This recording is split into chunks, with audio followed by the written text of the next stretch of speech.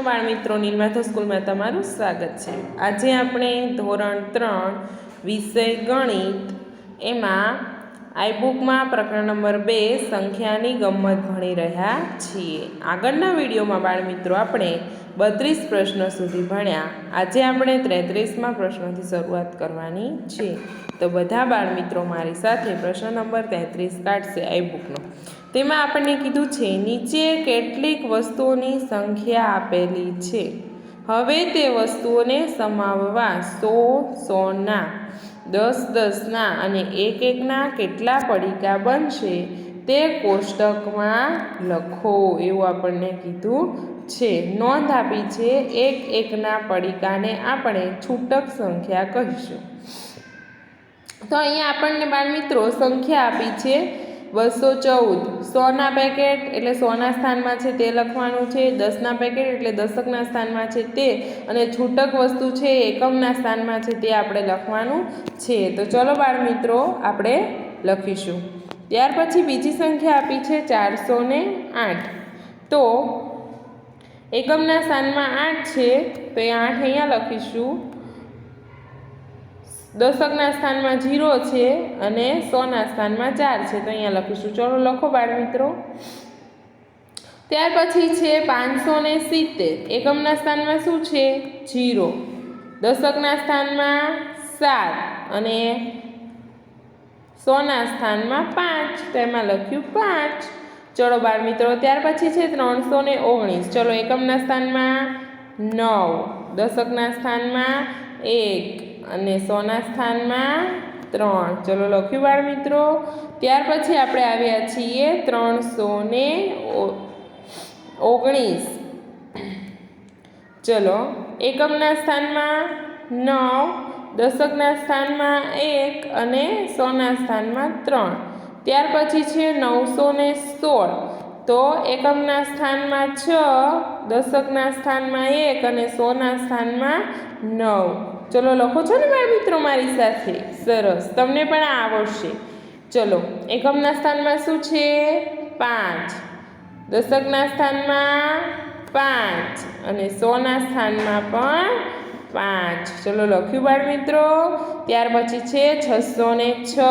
એકમના સ્થાનમાં 6, દશકના સ્થાનમાં 0, 100ના સ્થાનમાં 6।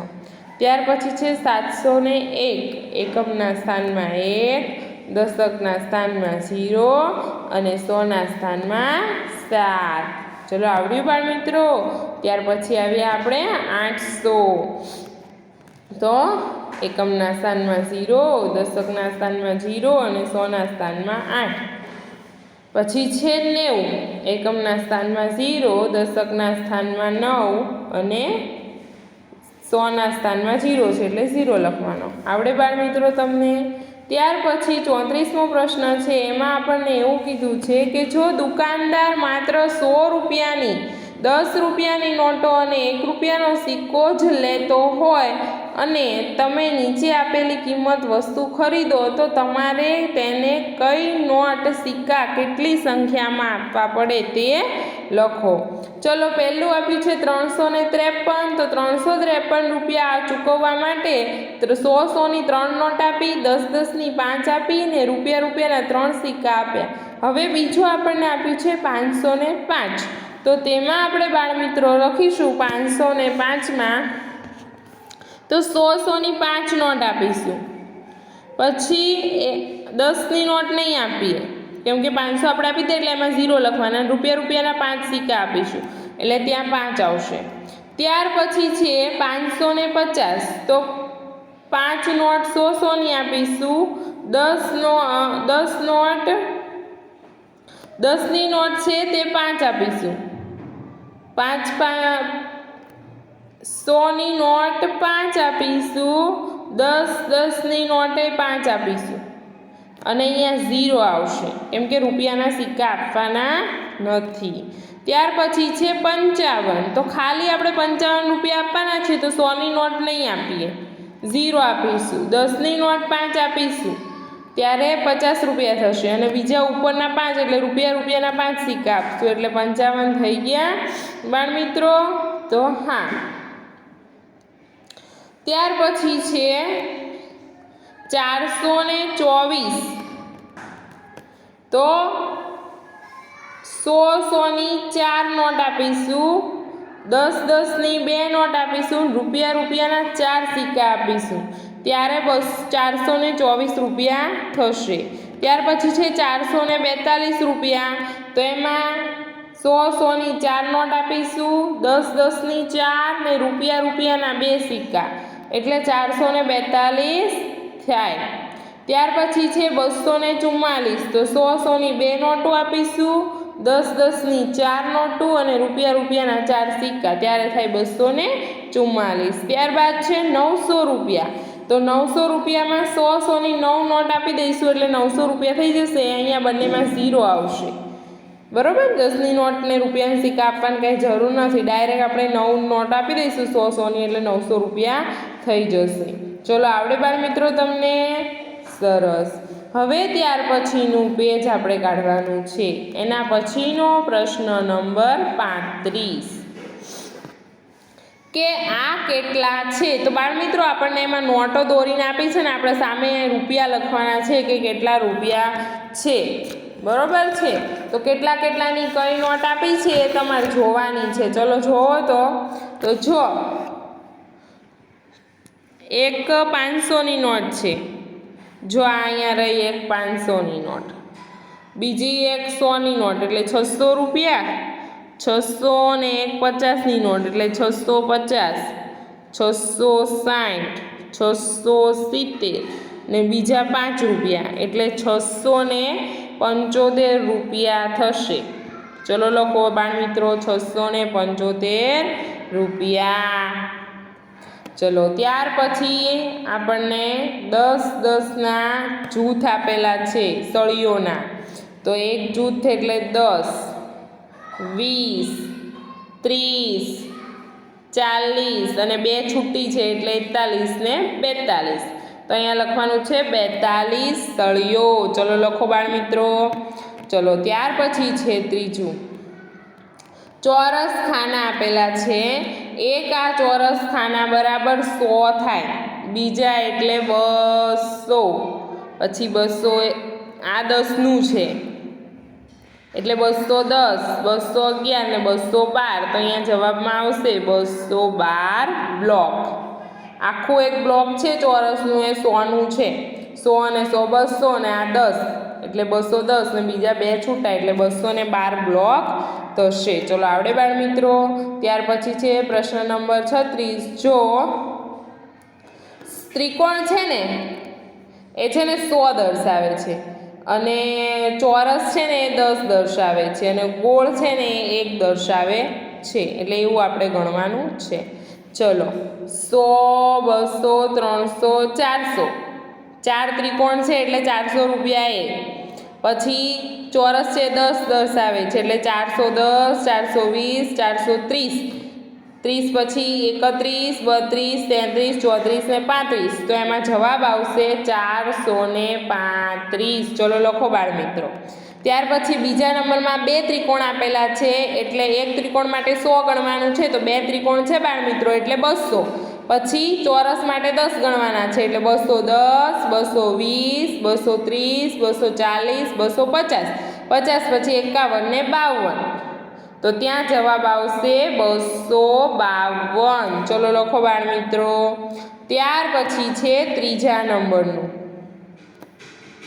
ત્રીજા નંબરમાં બાળ મિત્રો એવું આપેલું છે કે એક ત્રિકોણ છે એટલે 100 રૂપિયા ઈ થયા, પછી 110, 120, 20 રૂપિયા ચોરસના એટલે 120, પછી 121, 22, 23, 24, 25 ને 26, તો 126 રૂપિયા આવશે ત્રીજામાં। ત્યાર પછી છે ચોથું, 3 ત્રિકોણ આપ્યા છે એટલે 300 રૂપિયા એ, અને ચોરસ આપ્યા નથી એટલે 10 વાળું કાંઈ છે નહીં, ડાયરેક્ટ રૂપિયાવાળું છે એટલે 301 ને 302, તો ચોથામાં આવશે 302। ત્યાર પછી પાંચમું છે, 2 ત્રિકોણ આપ્યા છે એટલે 100, 200, 210 અને 211 થશે। ચલો આવડે બાળ મિત્રો? સરસ। ત્યાર પછીનો છે પ્રશ્ન નંબર 37। જો 100 માટે ત્રિકોણ દર્શાવવાનું, 10 માટે ચોરસ દર્શાવવાનું અને 1 માટે ગોળ દર્શાવવાનું છે, નીચેની સંખ્યાઓને આ સંજ્ઞાઓમાં દર્શાવો। ચલો 217 આપ્યા છે, તો પહેલાં તો 200 માટે આપણે 2 ત્રિકોણ બનાવીશું એટલે 200 થશે। ચલો બનાવ્યા બાળ મિત્રો। પછી 10 માટે એક ચોરસ બનાવીશું એટલે 210 થયા। હજી 7 માટે આપણે બનાવવાના છે, તો 1 2 3 4 5 6 ને 7 આ થયા 217 રૂપિયા। ચલો કર્યું બાળ મિત્રો? 2 ત્રિકોણ, 1 ચોરસ અને 7 ગોળ। ચલો આવડે બાળ મિત્રો? સરસ। ત્યાર પછી છે બીજું 320। ચલો 300 માટે પહેલાં આપણે 3 ત્રિકોણ બનાવશું એટલે 300 થયા અને 20 માટે આપણે ચોરસ બનાવશું, 2 ચોરસ બનાવીએ એટલે 20 થઈ જાય। ચલો દોરો બાળ મિત્રો મારી સાથે। સરસ। ત્યાર પછી છે 156। તો 156 માટે 100 માટે પહેલાં 1 ત્રિકોણ આપણે દોરીશું, પછી 50 માટે 5 ચોરસ આવશે,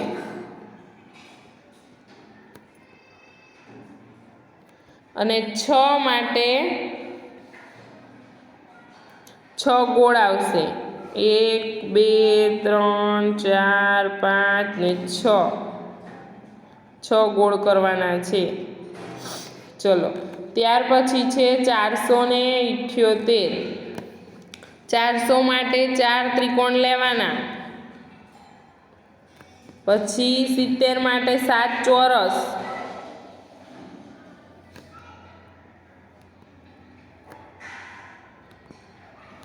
પછી 8 ગોળ લેવાના,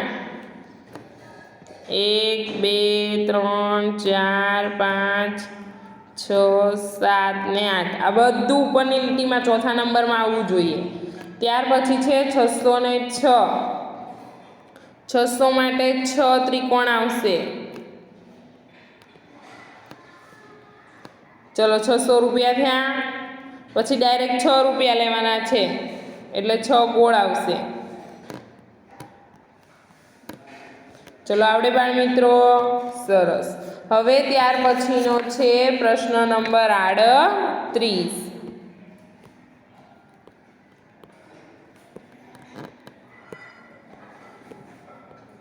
પ્રશ્ન નંબર 38માં એવું કીધું છે બાળ મિત્રો કે હું 40 અને 50ની વચ્ચે આવું છું, મને લખવામાં આવે છે 3।